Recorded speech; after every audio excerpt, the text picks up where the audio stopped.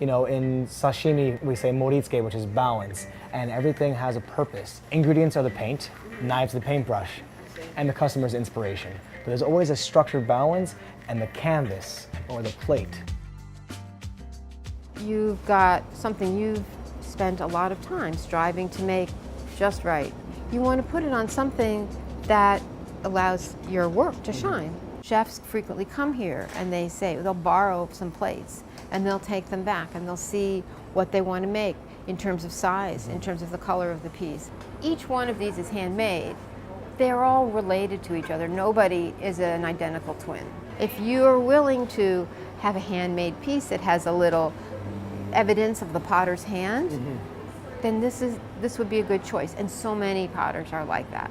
What we do for most of our work is make things out of slabs. It kind of looks like a giant pasta roller. And what we do is roll out sheets of clay, and the bowls are formed. We figured out which shapes, and we do it bit by bit by bit. So we start with a bigger bowl and then press it smaller and smaller until it can slide easily into the final mold. So that dries, and then eventually it shrinks a little bit and you can pop it out. And this one actually is a finished one. This is the step before finishing. So it's been in the kiln one time, it's got the glaze on it, and it's ready to go into the kiln the second time. This piece right by your hand has been made on the slab roller, formed, dry, and is ready to go in the kiln for the first time.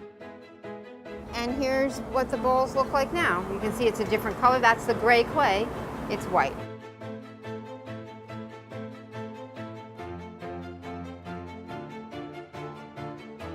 Put the glaze on, put it in the kiln, then it's done. Who taught you how to make? Who taught me how to make it? Well, you know, it's funny when you're a small person, things make big impressions. And my parents used to send me to sleepaway camp. There was a Japanese man who did a demonstration for the camp on a potter's wheel. He put on a blindfold, he set up the potter's wheel, and he threw a piece of pottery in front of the whole camp. And I was taken. I was like, that's magic. I want to do that magic. And I was really a little kid. Sometimes I've thought, is that pure stubbornness or was it smart? But I like what I do. I like creating things. It's nothing more satisfying than at the end of the day, and you probably feel this too, you see what you've done. So these are all just different pieces. This is one of the bowls that's very similar to the one we've been working on today. That one's the Hollywood bowl. And the Hollywood bowl is a bowl that has a flat bottom and straight up and down sides. Beautiful. And do you name all of your bowls? I do. I name all the different shapes. I have some very fun names. I've got Hollywood bowl. I've got a surreal bowl, which is like a cereal bowl. And then I have the Brooklyn bowl. And Sally bowl for the character in Cabaret. Really? So I have some fun with my names. What do you think? Is that a bowl that you would use? Yeah, actually, right away I would just do something that would elevate the height. So I would do something that would come up to about here. So, because you kind of get drawn into it because it's a high lip. Right. For different cuisines, all different styles, but just already ideas. But every chef would have so many different ideas. Some would want two hands to slurp. Some would want something dramatic. Some would want just a little piece and let the bowl shine. Everyone has their own idea.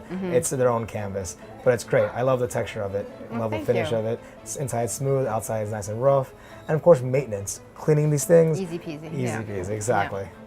Beautiful. Definitely. Within ceramics, there are many different types of clay. There's earthenware, stoneware, china clay, porcelain. Normally, clay comes from the bottom of a mountain or a riverbed, or it's dug from the earth, and depending on where you are.